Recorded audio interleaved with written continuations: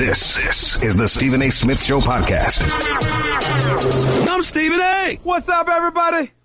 Welcome to the latest edition of the Stephen A. Smith Show, coming at you as I love to do every weekday over the airwaves of ESPN Radio. 250 plus markets across the United States of America, plus ESPN Radio on Sirius XM, Channel 80. Number to call up as always is 888-SAY-ESPN. That's 888-729-3776. Lots of stuff to get into with you today. We'll continue our discussion from yesterday with the president exercising his privileges as the commander-in-chief and essentially banning the Philadelphia Eagles from the White House, at least for that particular day, June 5th, which was yesterday.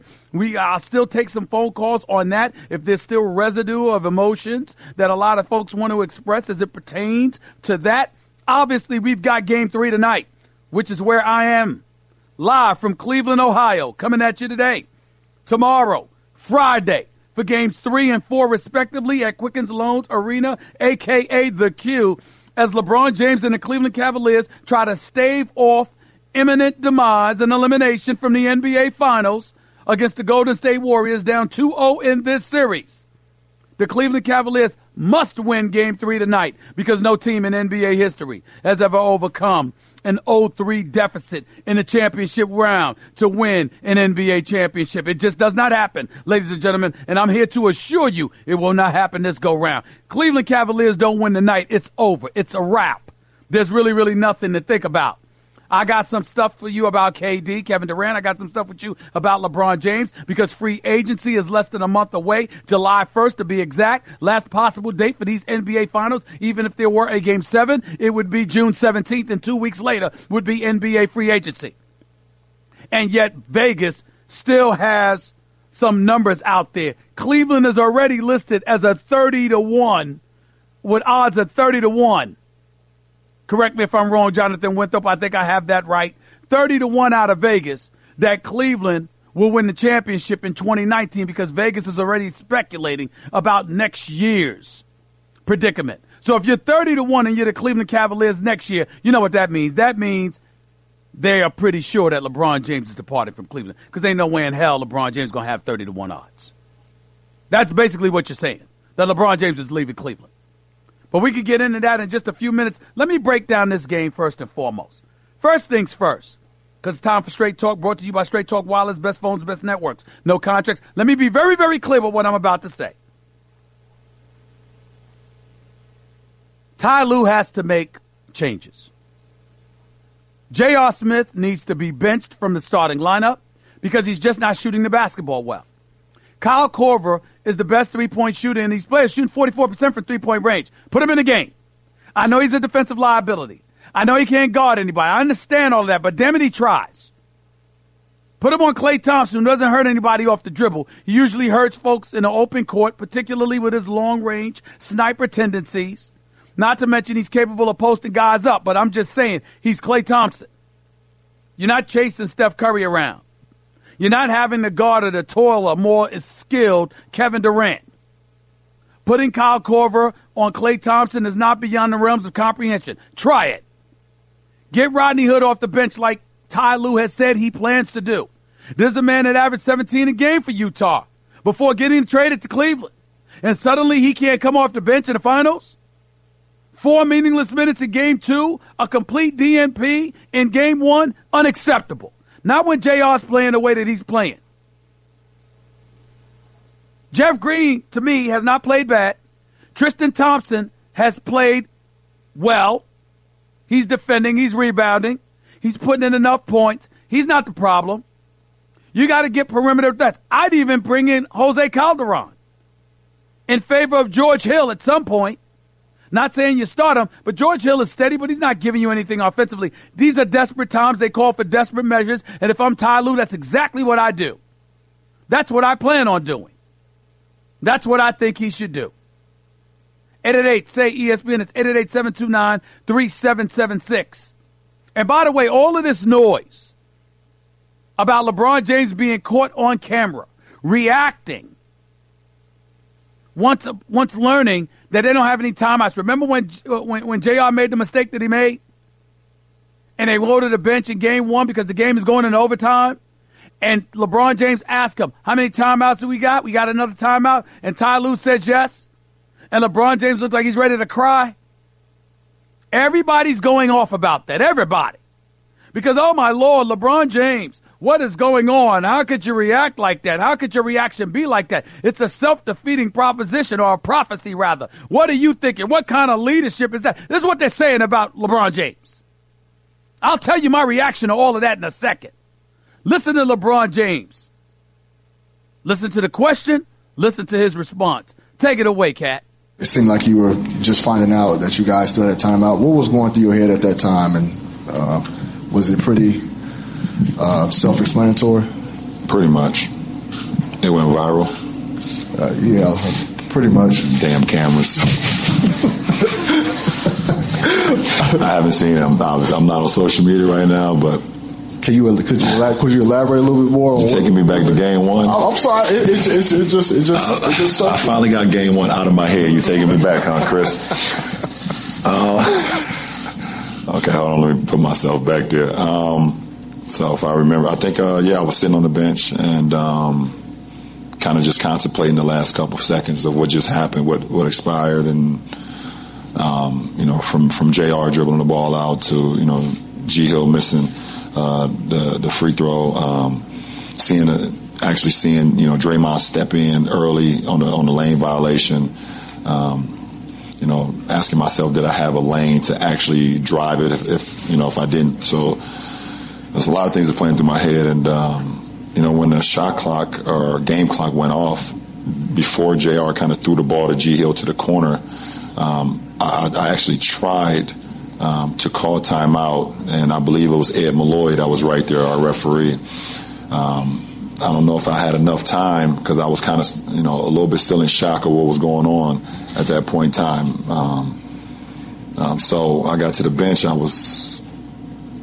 First thing that came to my mind, I was like, okay, I was calling timeout, but hopefully, I'm glad maybe if we didn't have any, I'm glad they didn't give it to me. I didn't want another C-Webb incident.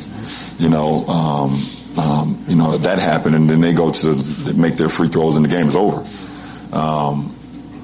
So I asked our coaching staff if we had a timeout, and they told me yes. And I guess y'all probably seen the reaction from that point on. So that was more so the reaction from not getting the timeout after you were signaling for it.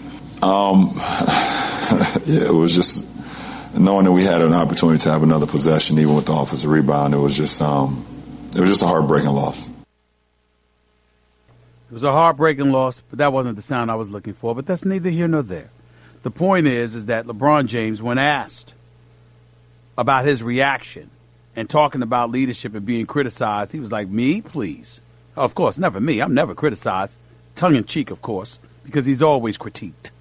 At the end of the day, what it comes down to is this. You got a lot of people looking at him and basically felt that in that moment, once JR makes that mistake, you've got to be about being ready to compete in overtime. The game is still not lost. It's a tie score. You got an extra 5 minutes to try to pull out game one of an NBA Finals. And he was so distracted, or whatever the case may be, that ultimately he precipitated their own doom. Here's my problem with all of that. LeBron James, if you really, really look at it, what he's talking about in terms of carrying his team and what have you, and he's alluding to, I got us here to the NBA Finals, that's sort of throwing the team under the bus. That's not the wisest thing to say. But maybe it could end up being because you light a fire under these guys who are not producing, who are not showing up, who are not doing their part, which is minimal when you have a great LeBron James leading you. The least you could do is the little job responsibilities that you have. So that's point number one in all of that. Point number two. LeBron James was not mad at, I'm not saying he's not mad at JR for the mistake that JR made, but at that particular moment when he reacted, it wasn't towards JR, it was towards the coaches. Because you had a timeout, and the coaches should have been more aware, should have made sure the players were more keenly aware of that situation. And so it wasn't just him being annoyed with JR because of that egregious mistake that JR made. It was a combination of the players and the coaches that you're looking at and you're saying, what the hell is going on with y'all? I was told that in that particular moment, when he kneeled over on the bench, covering his face with that towel, that was about the coaches. That wasn't about JR. So on one hand, you're completely and utterly disgusted with JR, looking like you want to take a bat and knock him over the head with it. And then a few seconds later, you realize that the coaches may have dropped the ball to some degree as well, which further irritated you. Either way you slice it, what it comes down to is this. Cavs lost that game. Didn't get over it by game 2. Lost that game. Now they're down 0-2 in this best of 7 NBA Finals against the reigning defending NBA champions who happen to be the best team in the world. And as a result, this is what you have. A must-win in Game 3, or else it's all over. The other side to this story is, what do you do if you're the Warriors and you capture your 3rd championship in the last 4 years? All of them being over the Cleveland Cavaliers. All of them being over LeBron James. What do you do then, particularly as it pertains to Kevin Durant? Why does that name come up? Because we know he's the difference maker. Once you lost to Cleveland a couple of years ago, you went out and got Kevin Durant. And why did you do that? Because by getting Kevin Durant, it ensured that you wouldn't have LeBron to be too worried about come NBA Finals time. Because having to deal with Kevin Durant, there's only one person that comes close to being able to do that, and that's LeBron. And even then, he'll need all the help he can get. Because even having Kyrie last year wasn't enough. But a gentleman by the name of Andrew Sharp was on Will Cain's show. Will Cain's show follows the ultimate lead in yours truly. And Will Cain was interviewing Andrew Sharp, NBA writer for Sports Illustrated. And the question was broached about Kevin Durant and validation as to whether or not he should remain with the Warriors or go elsewhere. Listen to what Andrew Sharp, SI writer on the NBA, said to Will Cain.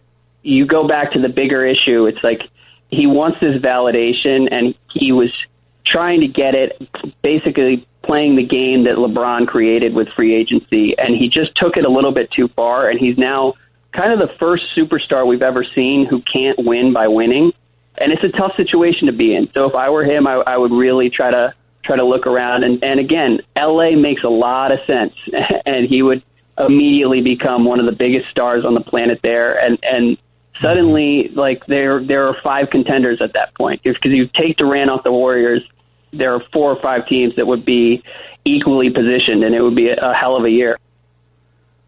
Very interesting points by Mr. Andrew Sharp. Just gave his opinion there.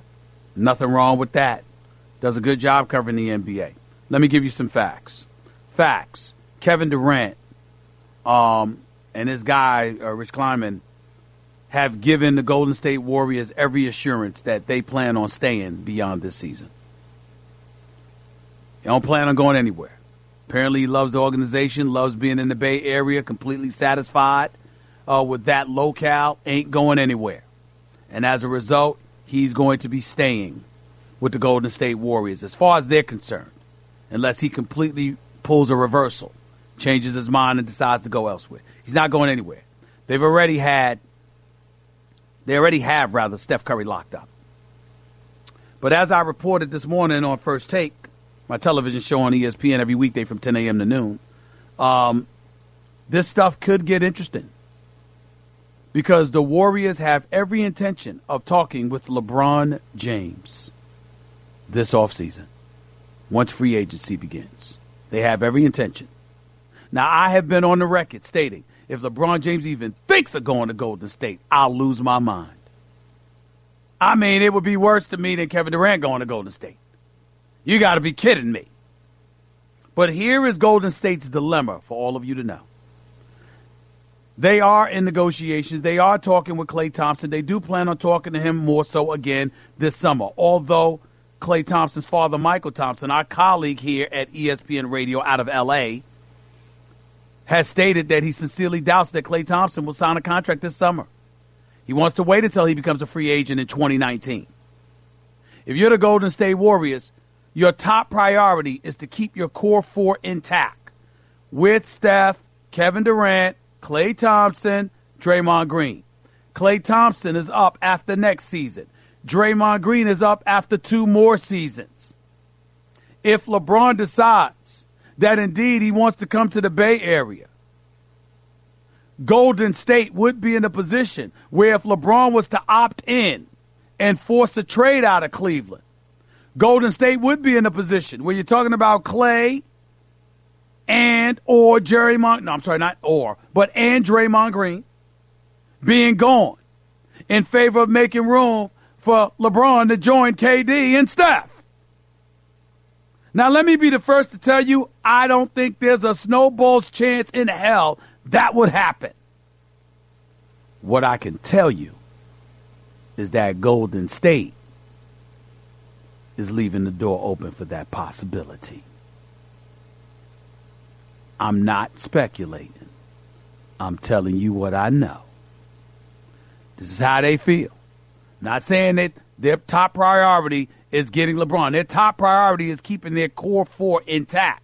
But if you're worried about re-signing one guy and you're looking down the road for the next 2 years and you believe you have the opportunity instead to pair LeBron with KD and Steph, rule out nothing. LeBron James, which is news to no one, will talk to these teams. Boston, Philly, Cleveland, Houston, L.A., Miami, possibly. Maybe even might listen to New York.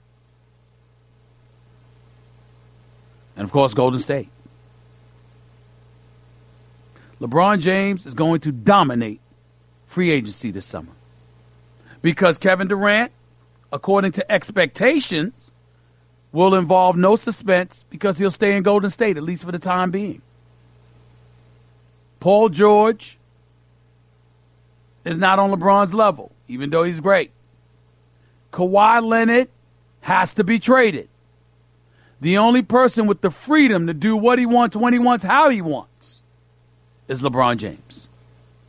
So aside from the fact that he's the greatest player in the world, and he's a 3-time champion, the fact is, the most potent weapon pertaining to his marketability and notoriety this summer is the fact that he's the one person who's free to do what the hell he wants to do. And therein lies the suspense. Don't know what LeBron's going to do. I have no clue. But I'm telling you, these are all the things that I've been hearing over the last week covering the NBA Finals. And if that happens, Lord have mercy. 888-SAY-ESPN. That's the number to call. It's 888-729-3776. That was Straight Talk Wireless, nationwide coverage in America's largest and most dependable 4G LTE networks. You're listening live to the Stephen A. Smith Show, ESPN Radio. Little reminder, on game nights of the NBA, weeknights, not the weekend. That's why you didn't see me pregame for Game 2, because it was Sunday night. But you saw me having an NBA Finals special edition of Sports Center with Stephen A. Smith. I did that from 7 to 8 p.m. Eastern Time, leading into Game 1, leading into NBA Countdown. I will be doing that for Games 3 and 4 from Cleveland on 7 to 8 p.m. Eastern Standard Time, 4 to 5 p.m. Pacific Coast Time, right on the airwaves of ESPN, doing the pregame coverage for the NBA Finals. So I hope that y'all will tune in. Looking forward to y'all supporting me like you did in Game 1. Had a good rating for that one. I really, really appreciate y'all. Thank you so much for the support. Again, I'll be on tonight, 7 to 8 p.m. Eastern, 4 to 5 p.m. Pacific, right there on ESPN, doing the NBA Finals special edition of Sports Center with yours truly, Stephen A. Smith. Hope y'all tune in again, just like you did in Game 1. 888-SAY-ESPN. It's 888-729-3776. Your phone calls and more coming your way, plus Jim Gray, boxing reporter, basically reporter extraordinaire, about to be a Hall of Famer. Looking forward to talking to him as well about boxing, about these NBA Finals and beyond. He'll be on with us in hour number 2.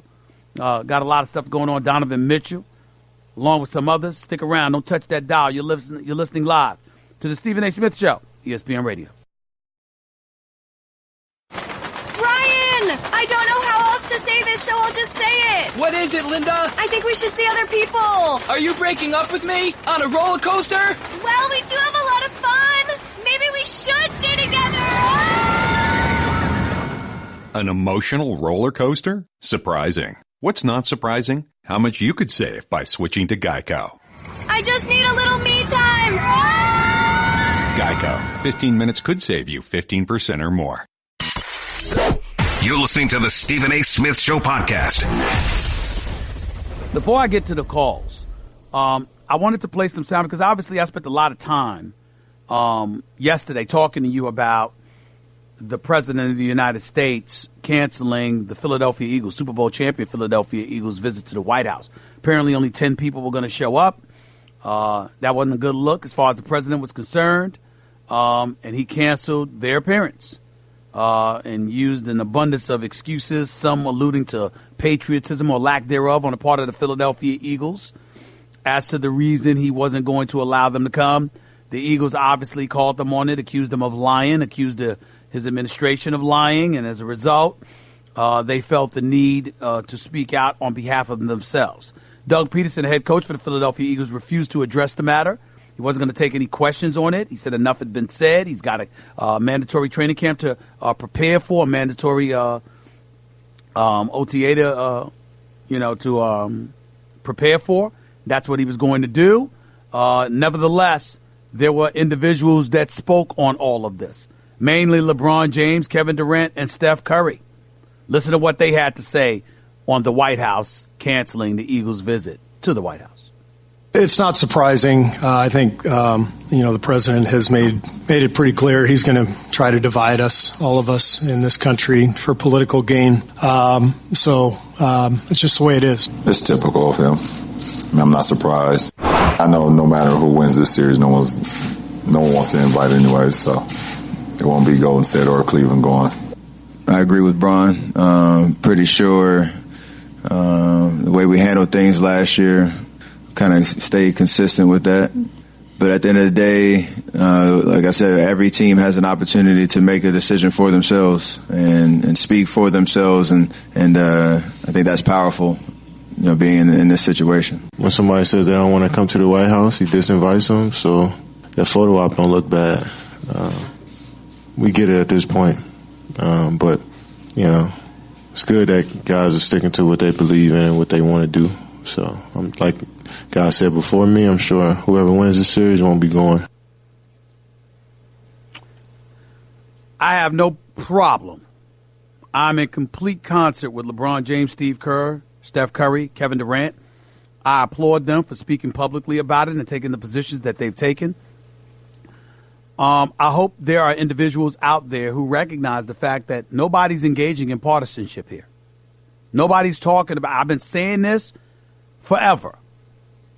And I'll say it again. Nobody's talking about Republican or Democrats. Nobody's talking policy. They're talking about one individual, one man. He just so happens to be the president of the United States. They're talking about the manner in which he conducted himself. Show me one word that they uttered that had anything to do with politics. They didn't talk politics or policy. They talked about a man who's willing to be divisive. And I got to be honest with you. I'm going to put myself on Front Street on this one. It blows me away. Because I am telling you, I never, ever, ever, and I didn't know the background or whatever the case, the whole housing issue in the 1970s or anything like that. I never felt that way about Donald Trump. Thought he was a businessman. I liked his show, The Apprentice. He was a huge sports fan. I had interviewed him on a few occasions, always incredibly pleasant to me. And I thought very, very comfortable. I've seen him very, very comfortable around a lot of people. White, black, and in between. The person that I saw on the campaign trail, the person that I've seen in the White House, it's not the person that I knew.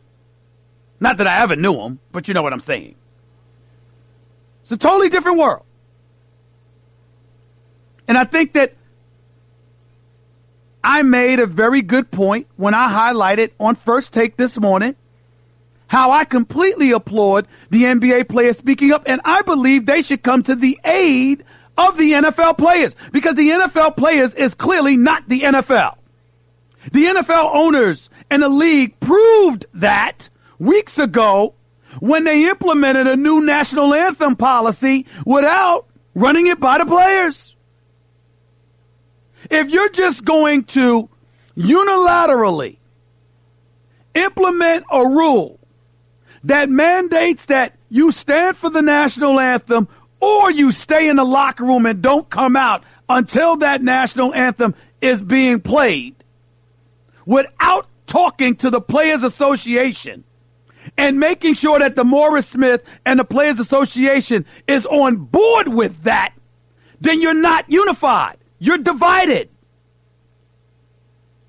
You are divided. You are divided as a league, because the owners are on the opposite page of the players. It is clear.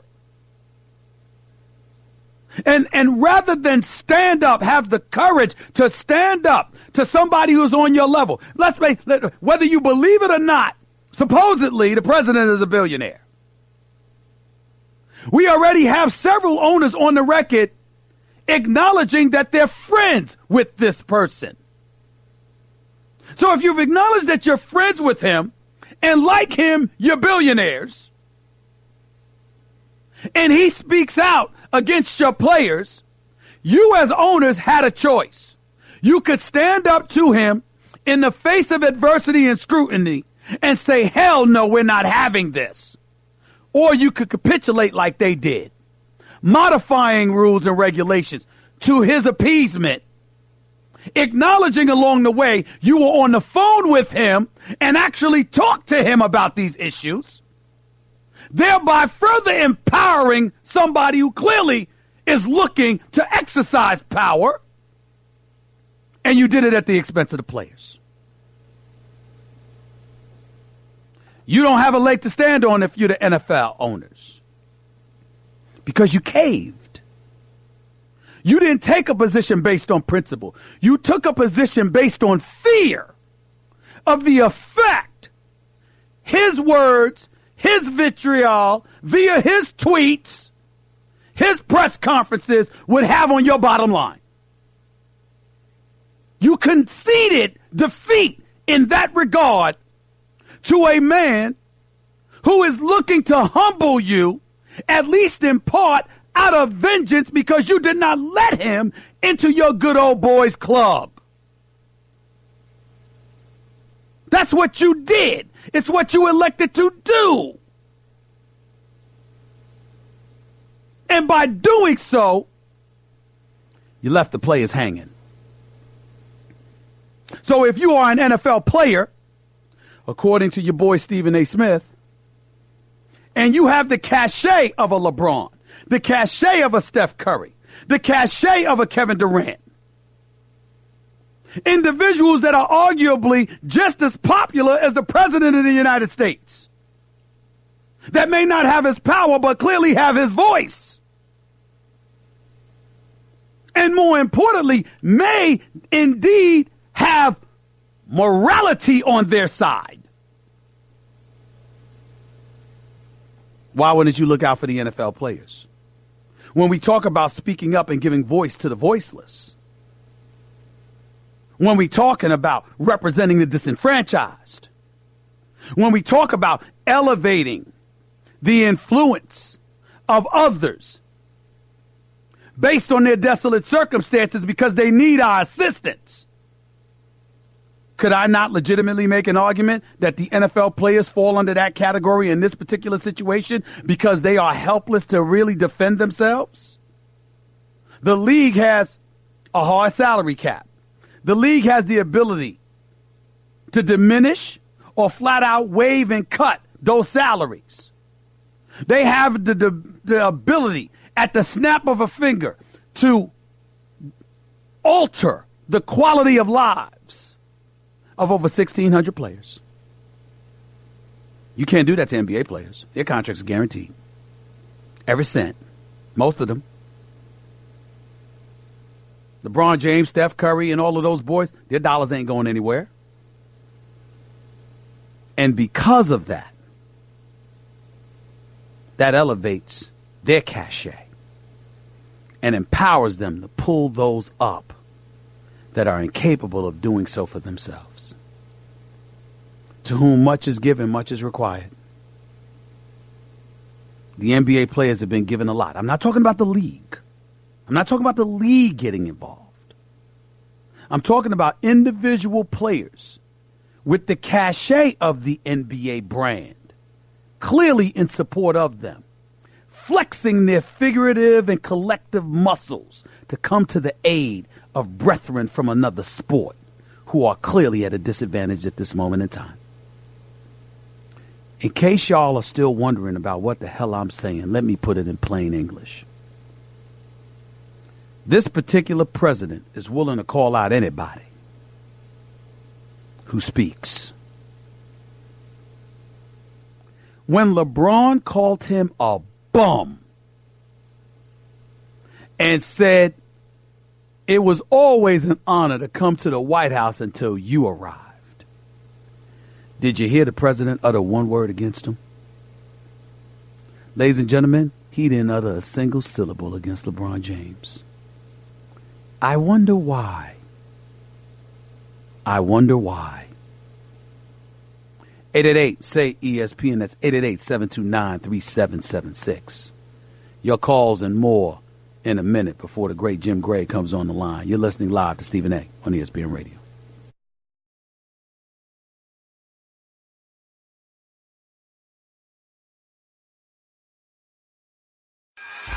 Guess what? You're in the middle of the Stephen A. Smith Show podcast. Damn it, I mean it!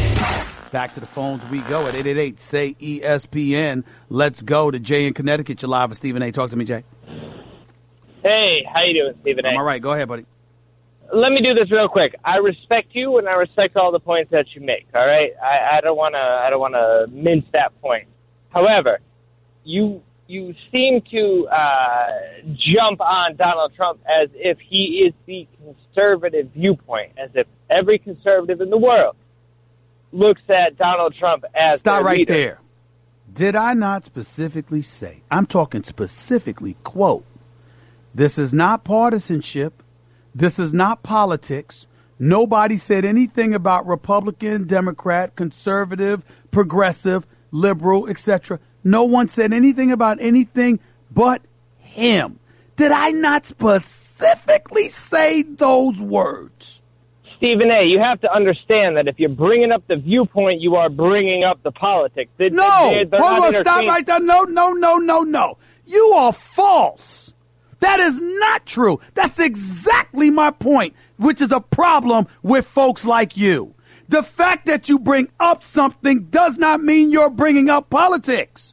You're bringing up politics if you're talking policy, if you're talking decisions somebody makes, if you're talking about an individual's personality. No, you don't have to be talking politics. You can be talking directly about that person's behavior.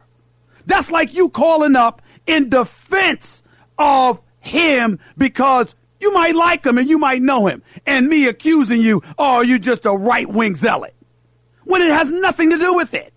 Nothing. Here's my point, Stephen A., is that I fall to the right.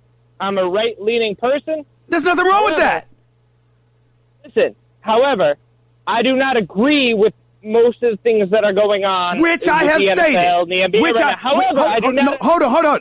Do you realize that I have quoted over the last 2 days senators on the right who have spoken out against him?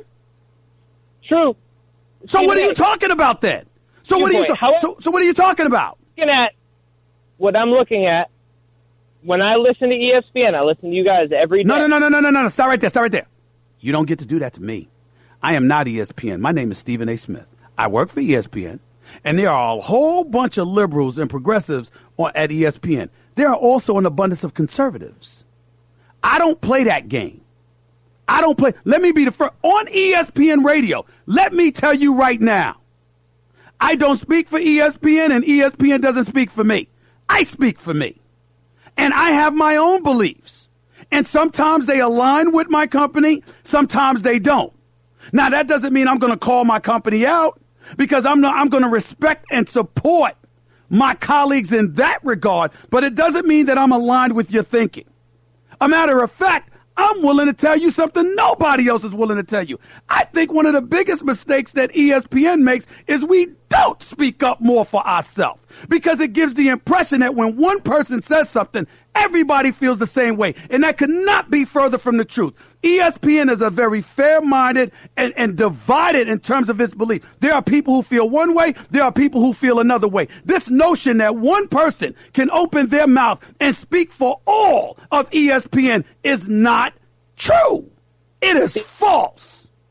From a viewer's perspective, Stephen A., that is how it looks.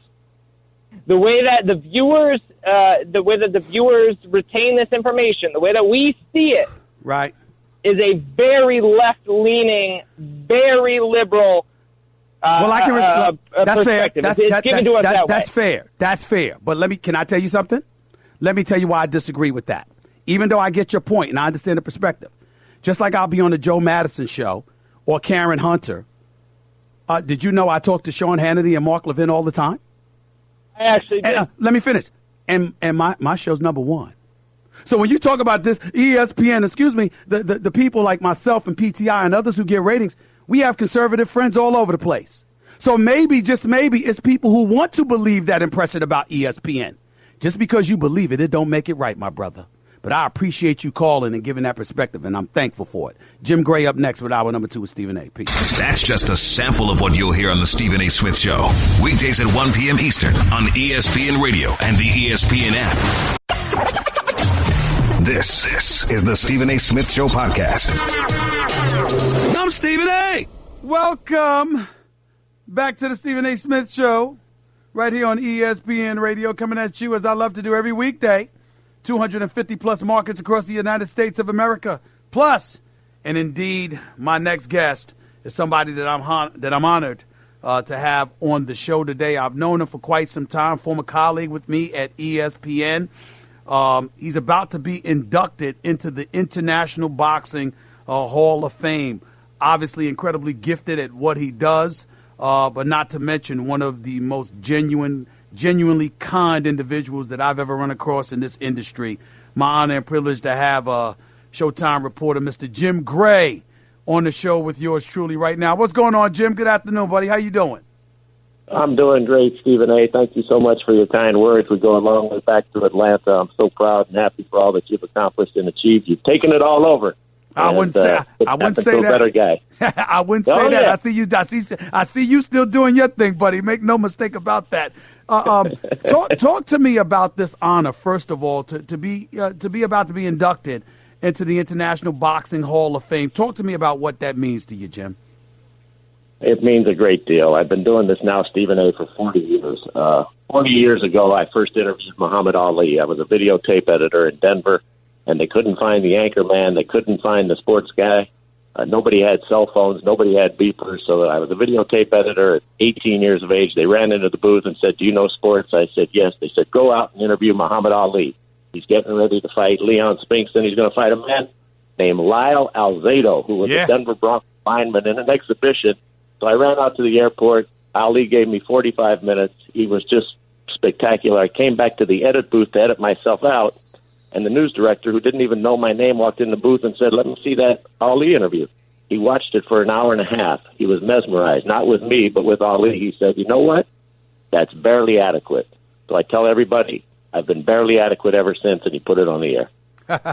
Jim Gray, the great Jim Gray right here with Stephen A. on ESPN Radio. When I think about your career and how many decades it spanned, as you sit here in 2018 about to be inducted into the Hall of Fame, you just articulated what it means to you. But talk to me for a second about how the world of sports has evolved in your mind and how you've been able to adapt to the changing times that obviously have taken place over all of these years. Well, it's changed so much. When I first came in, ESPN wasn't even existent. Okay, so there was basically 3 networks and maybe an independent station. So there was very little opportunity. The newspapers were huge. They controlled the daily the daily conversation of sports. Sports talk radio was just really starting back then. And now look at what we have. So, I mean, like I just said, no cell phones, no pagers. If you didn't answer your home phone, nobody could get a hold of you. And now look at what we have. We have athletes communicating directly who have tremendous social media followings. ESPN has been the conversation of sports, for 2 or 3 decades, really taken over everything. And we've just seen the proliferation of everything. So when I came in, Stephen A., we were doing film. We had to have the film developed. When I was the first reporter for ESPN, we used to go out and do Dodgers interviews and send them overnight on Delta Dash to get on the Sports Center. So we were presenting yesterday's news tomorrow. Think about that. Yesterday's news tomorrow. And we couldn't show the highlights of the games because the satellite technology was so different, so we would have to ship them back overnight. And I remember you used to run out to the airport, and I couldn't get to the counter on time, but security was so much different than, Stephen, I would run straight out to the gate and give a passenger $20 if he would take the tapes with him on the plane. That's how different things were. Jim Gray, when you articulate those points of views, highlight for me the positives and the negatives in the mind of somebody like you due to those changing times. Well, I think it's positive because you have such greater access now to information, and everybody has a voice. The negatives is people don't get questioned as often or like the amount of questioning because they have their own way of communicating and disseminating information. So I think in many instances, public officials, athletes, teams, organizations, they just don't want to be directly questioned. So if there is something going on, they would rather put out their version of events than really have a truthful exchange as to what has gone on. So the positive is greater ability for everybody to communicate, greater say for those. The bad point of it is, I just read this morning that the president hasn't had a news conference for 17 months because he can just go directly to the people. And same with athletes. They can just go directly to.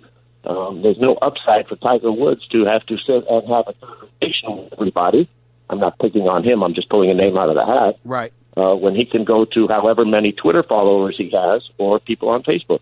In which sport do you find that to be most troubling? Because you've done them all practically. Which sport do you find, I know you alluded to access, but in a sense, you spoke to a lack of access since they don't really have to be interviewed because they have their own audience via social media and beyond that they can reach out to themselves where they don't have to subject themselves to interrogation and what have you. In which sport do you find that to be most troubling from a reportorial standpoint or from getting out accurate information to the public at large? Based on what you just said, which sport do you find that to be most troubling, that reality? Stephen A., I find it troubling for all of them because I just remember back what it was. You could walk up to Jack Nicklaus and talk to him for 20 minutes after a round. You could go and to any camp at any time of Mike Tyson, and he would be available. Muhammad Ali. I mean, just look at what Muhammad Ali did with me at the airport. 45 minutes in the Denver airport with the most famous man on the world. Now it's just a much different way of going about things. I don't decry and I don't sit here and want to say, let's go back to the old days. I embrace where we are right now. But if you say, where is it troubling and where is it different? It's troubling for all of it because nobody gets the real anything. And what does that lead to? It leads to everybody's having opinions. So everybody has an opinion. When they put out the opinion, then that person, that league, that individual, or that team gets upset with somebody's opinion because they won't make themselves available to have the clarification. So there is that honest exchange. So, again, it's just where we're at. My view it's just on where it, we're at. We all thrive in it as it is. So, but we've just had to change and augment the times. Jim Gray, my view on it is simple. You know what? You get as much information as you possibly can. You make sure your position comes from an informed place. And after that, you disseminate your presentation, your opinion in a way that ultimately forces or compels somebody to feel the need to be real or to be real about what their perspective is, because regardless of what generation it is, I usually find that that's a good source of provocation to get somebody to want to be as authentic as they possibly can be. What do you say to that? You're exactly right, and you do it really, really well.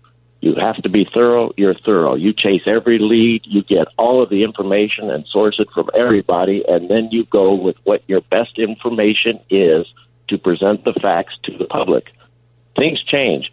When I tell young folks all the time, at schools or the Read to Achieve or Stay in School, the NBA, all these things, these initiatives that we go on, just went out with Abner Mares to talk to 100 kids to stay out of gangs last week. Right. What you have to be is flexible. What's relevant now literally is irrelevant in the next 3 minutes. We used to have a 24-hour news cycle. Now it's more like a 24-second shot clock. Stay flexible. That's a keep good point. Chasing the stories, keep getting after it, and just be willing to augment and change. You have to be willing to go with the times. If you get stuck in where you were or what you thought it was the way to do it, you're going to get stuck, because it's going to pass you by. That's great advice from one of the all-time greats, Mr. Jim Gray, for Showtime, being inducted into the International Boxing Hall of Fame this weekend with your buddy Steve Albert, who retired in April of 2017, if I remember correctly, as the play-by-play man for the Phoenix Suns after a 45-year career in broadcasting. Plus, he did over 300 title fights himself as well. So he's being inducted into the Hall of Fame. Make sure you extend my congratulations to him as well. But let me go on to a couple of things. Let me go on to a couple of things, Jim Gray. What made news? Triple G, Canelo Alvarez. We were all looking forward to that fight. Obviously, that failed test that Canelo experienced postponed the fight in May. Then they were supposed to be having a rematch in September. Oscar De La Hoya comes out, says, you know what? There's not going to be a fight because Triple G wants a 50-50 split, and that ain't happening. So as a result, the likelihood is that Canelo will end up fighting a guy like a Daniel Jacobs. What do you make of all of that? What are your feelings about that? I'm sorry for the institution. The institution needs to have these great fights. The first fight was a draw. I thought Golovkin won. Now Canelo Alvarez tests positive. He says it's tainted beef. Whatever it is, he's suspended, and so it besmirches his name, and it hurts boxing.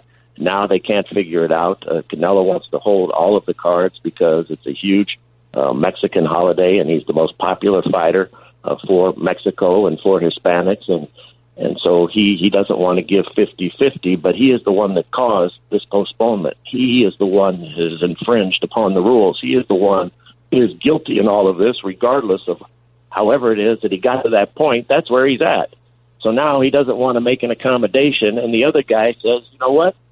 If you don't make the accommodation, how can I trust that you're not dirty? So at least we're going to get the money right. So I hate when it gets to these things. I don't want to see this happen now with Joshua and Wilder. Let's have the best fighters fighting in the best fights against each other. You know what? How many games did Tom Brady lose last year or 2 years ago? How many games did the Eagles lose? They still won the championship. You can be a championship fighter. Everybody gets into this mode now, Stephen A., that if you're not Floyd Mayweather 50-0, somehow if you don't have that O after your name, that somehow you're not a great champion. Well, that's not the case. Look at Ali. Look at all of these guys. Sugar Ray, everybody Hagler, had losses. Hearns, Ray Leonard. All of them. Right. Marvelous Marvin Hagler, even though the fight against Ray Leonard's disputed. Every one of them has a loss after their name, and it doesn't detract a single thing. Okay? Floyd Mayweather and Rocky Marciano are such exceptions to this. They are not the norm. So let's just have the best fight. So I'm sad that Canelo and Golovkin can't get this together. But I don't blame Golovkin. You brought up Deontay Wilder versus Anthony Joshua. I spoke to Anthony Joshua. He was at the Western Conference Finals, Golden State versus the Houston Rockets. And he told me something I wanted to share with you. He said that he wants to fight. He wants Wilder to commit to 2 fights. One in the UK at the 90,000-seat Wembley Stadium, like he fought Klitschko in that environment, and the other one in the United States. Since he's from the UK and since Wilder's from Alabama. He's like, let's commit to 2 fights in the UK and in the States. Let's do it that way. And I don't know if he tried to say that Wilder's reluctant or whatever, but obviously there are money issues. What do you think about that idea? Let's do it. That's fine. Wilder has nowhere else to go. There's nobody else left to fight. Joshua can fill up those stadiums in Cardiff, and Joshua fights on Showtime, and he can fill up Wembley. He's a tremendous draw.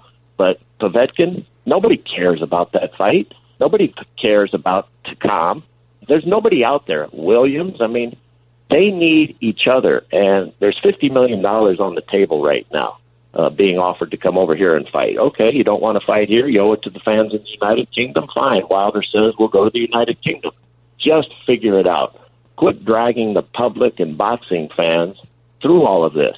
You know, boxing fans deserve to have these fights, okay? And these guys are getting compensated, Stephen A., really, really well. Does okay? somebody, hold on, Jim, does somebody like, the sport of boxing deserve somebody like Dana White of the UFC, somebody that oversees the sport and will mandate that people get the fights that they want to see?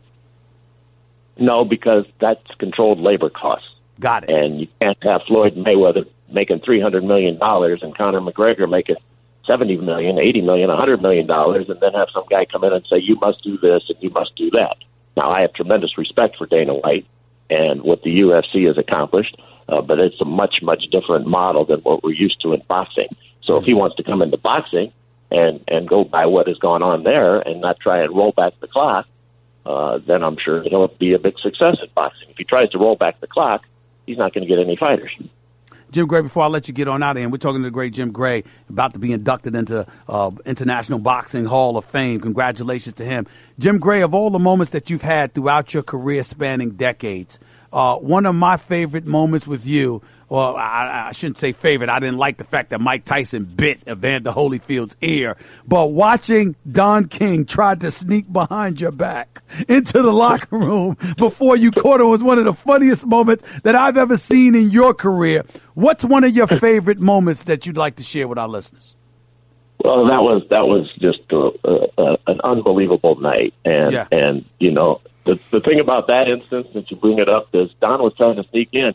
But it was actually Don, because Don had to live up to being Don King. And when he couldn't sneak past, and I caught him, when I said the fight community who purchased this fight tonight owes an explanation from you and from Mike, what are you going to do to make sure that he comes out in the next few minutes to explain it?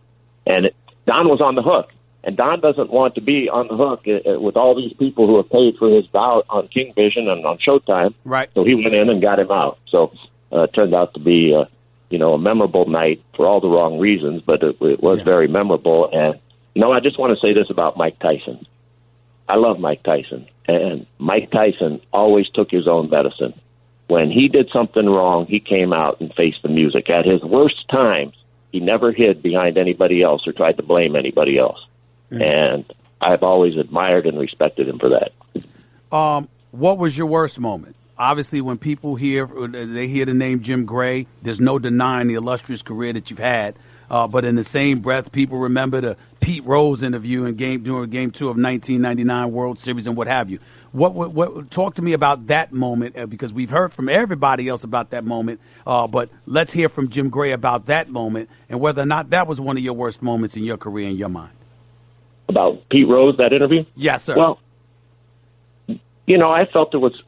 I felt, and the people that I work with at NBC, nobody does anything in television by themselves. That is correct. Television every day. How many people are involved in all of your shows? There's countless dozens of them, right? Hundreds. Yes, sir. That's right.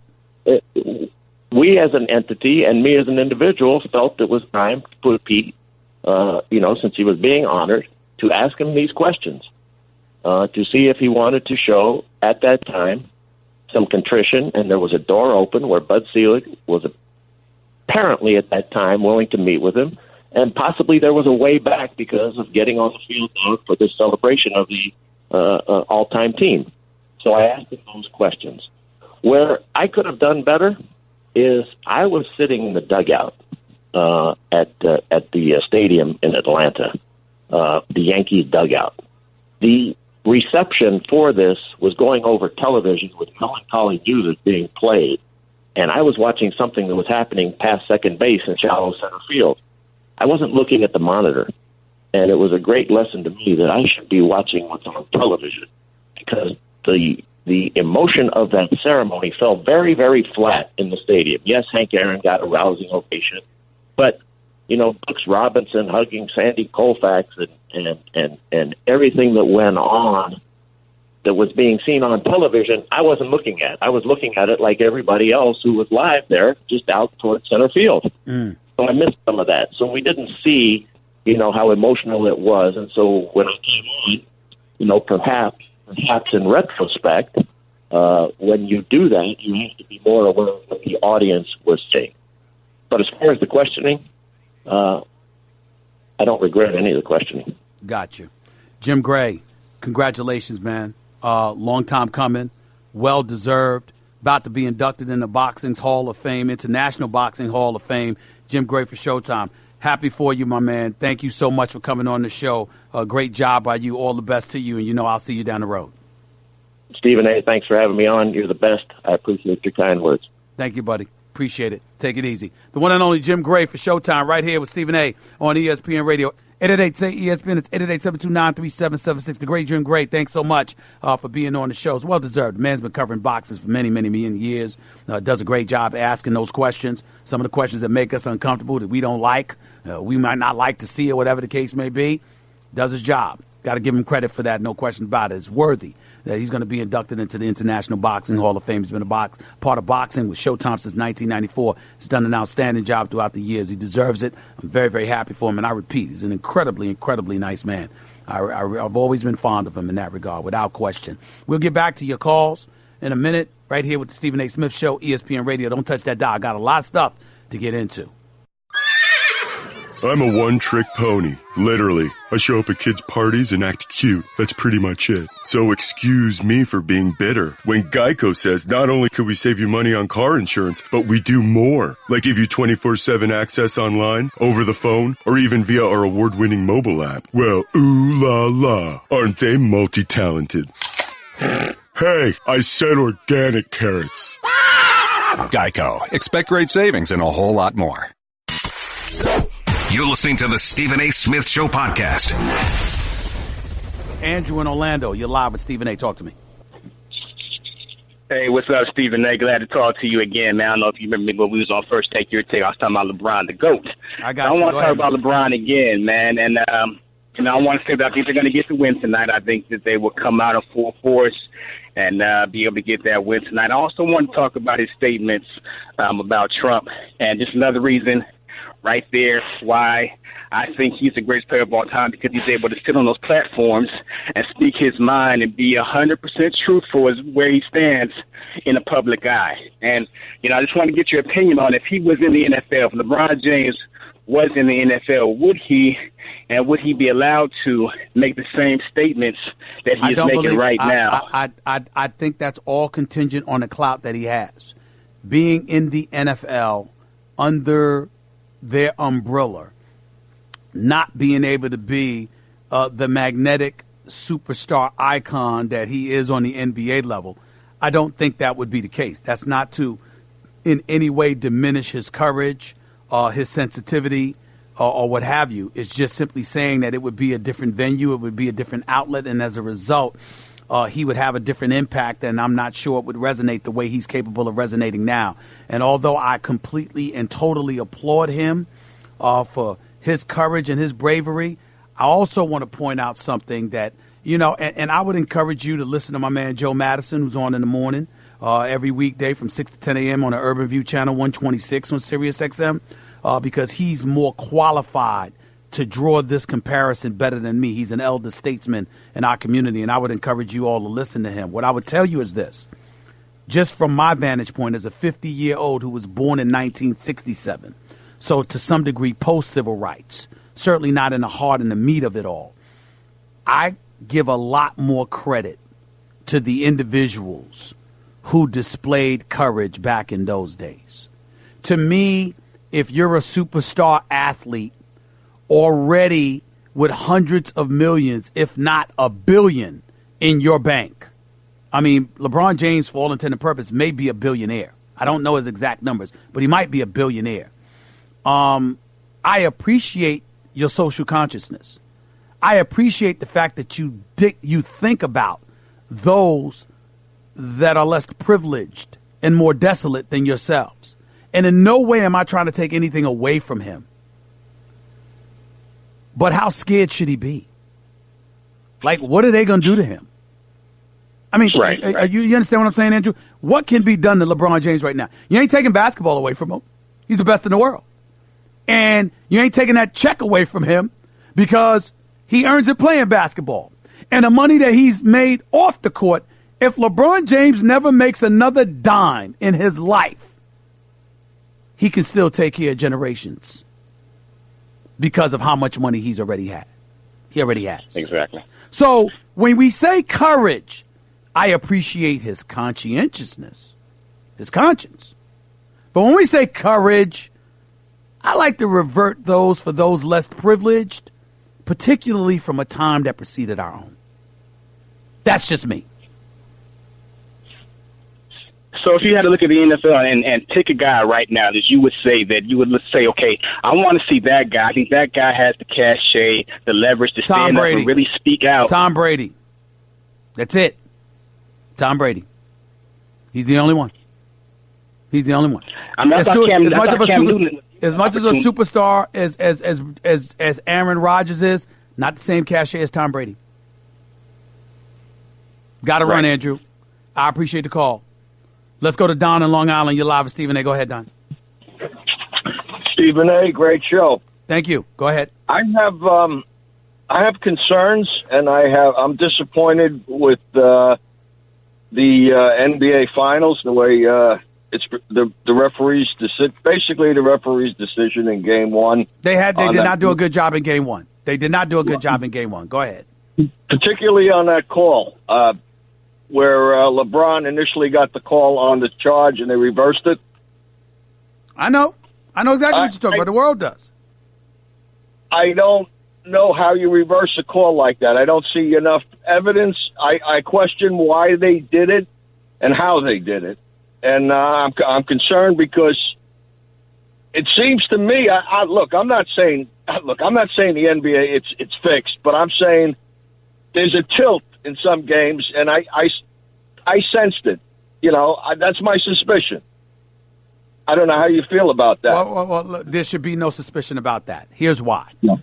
There should be no suspicion about that, sir, because if anybody was going to be favored from a referee standpoint, it would be Cleveland because they have LeBron James, number one, and number two, they're the inferior team. So you'd want a series. You certainly wouldn't want to help Golden State because they're the clear prohibitive favorite in need of little to no assistance.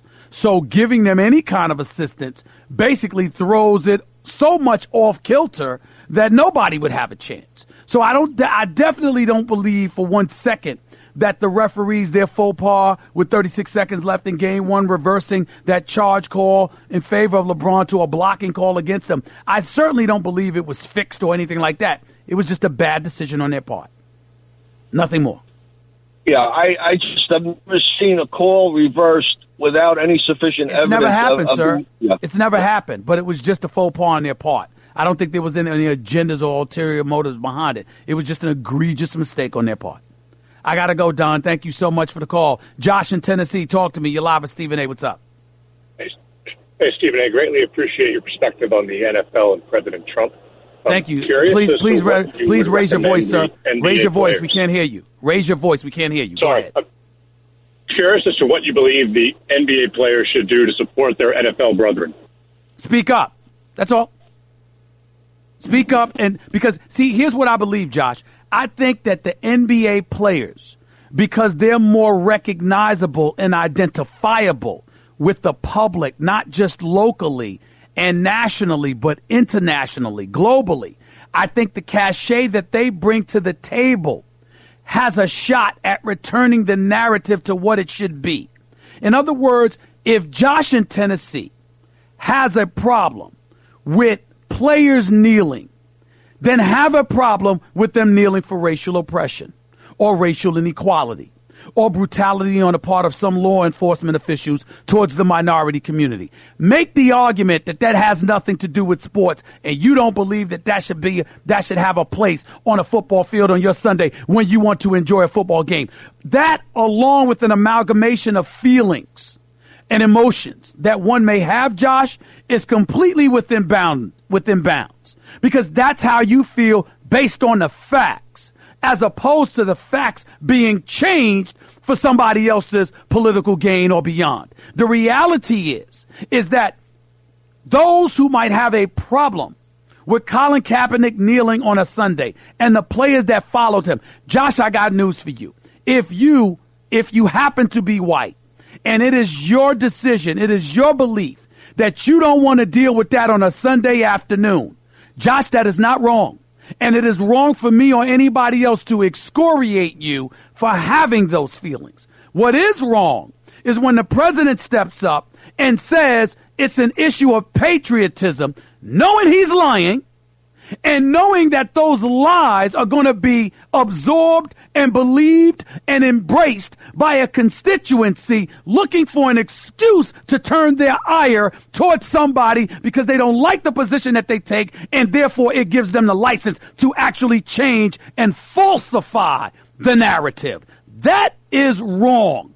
In this nation, in this country, anywhere else you go, we should care enough about the truth to not want to be associated with ignorance or falsehood just because we hate somebody's position, especially in this country. And especially when it comes to the issue of patriotism, because when it comes to the issue of patriotism, Josh, our servicemen and women who have fought and have bled and have died for our right to feel that way and express ourselves would be the first to tell you, at least be truthful, at least be real and honest about what the real issue is. And that's what we're talking about here, Josh. Did I explain myself correctly? A bad connection. I'm sorry. My question is more around what can the NBA players do to show their support of the NFL players? I said to speak out and to make sure that they disseminate that position. They make sure to remind you all, this is what the issue is about. They're not telling you how to feel. Nobody has a right to tell you how to feel, Josh. But they do have the right to sit up there and say, this is the truth. That is false. You can't adopt that narrative when that clearly was not the issue. You can't allow your president to embrace that as the narrative and the issue when it is not only clearly false, but by adopting that issue, it benefits him more so than anybody else. Because then that would make you a stooge and a pawn. And do you really want to be that? Not at all. I appreciate the perspective. Thank you, sir. And I appreciate your call. Call back anytime. 888-SAY-ESPN and 888-729-3776. Really appreciate that call from Josh. We always should want those calls. We should want different perspectives, ladies and gentlemen. And more importantly, we shouldn't run from these issues. But we should try to deal with it in a very, very truthful and respectful manner. That's the obligation that we have to one another as human beings, as citizens of the United States of America. If indeed we truly, truly want to embrace ourselves as the greatest country in the world. Your calls to close out the show in a minute, live from the NBA Finals. You're listening to Stephen A. on ESPN Radio. Guess what? You're in the middle of the Stephen A. Smith Show podcast. Damn it, I mean it! Let's go to John in Jersey. You're live with Stephen A. Real quick, John, go ahead. Hey, Stephen A. Yes, sir. You're live on the air. Two quick questions. Who would you start tonight, McGee or Iguodala? Iguodala, number two. Question number two.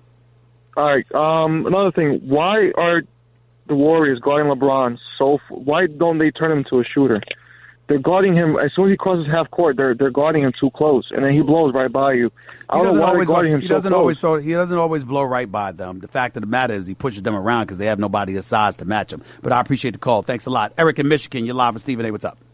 What's up, Stephen A.? I had a quick question. With all that's going on with the NFL and the president, what are the other sports unions doing?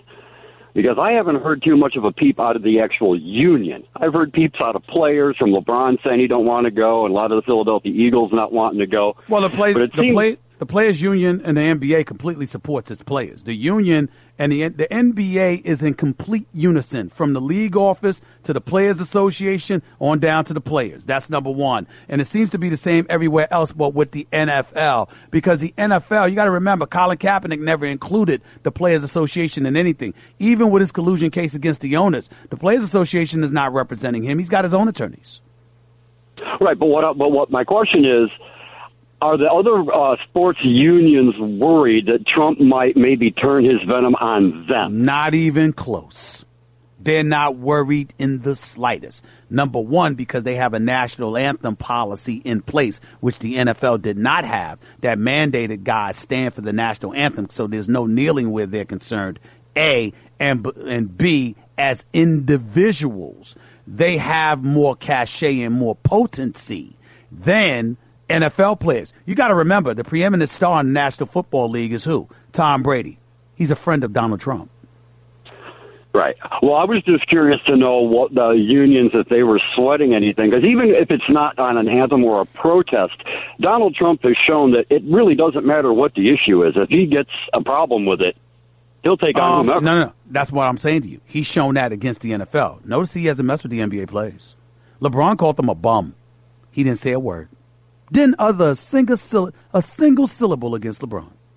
Didn't utter a word. Not a word. He knows who to mess with. And LeBron ain't that dude. Appreciate the call. Frank in Ohio, you're live with Stephen A. Real quick, Frank, go ahead.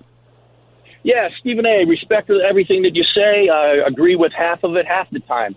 But I got a question for you. What do you think would have happened if a white basketball player called President Obama a bum? They'd have called them a racist. I'm a Cleveland. Hold on, whoa. You don't ask a question and don't give me a chance to answer, bro.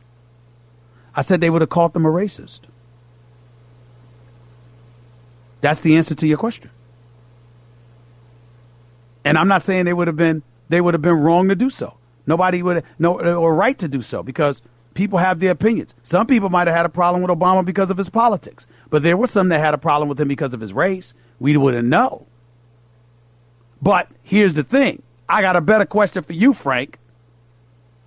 What black elected official, let alone the president, will get to conduct themselves behaviorally in the fashion that this president has? That same way about a lot of things that Obama did, but you can't stop right there. That's your nonsense. Barack Obama never conducted himself as a human being the way this president has. That's simple as plain. Talk to y'all in 22 hours. Until then, peace and love. That's just a sample of what you'll hear on the Stephen A. Smith Show. Weekdays at 1 p.m. Eastern on ESPN Radio and the ESPN app.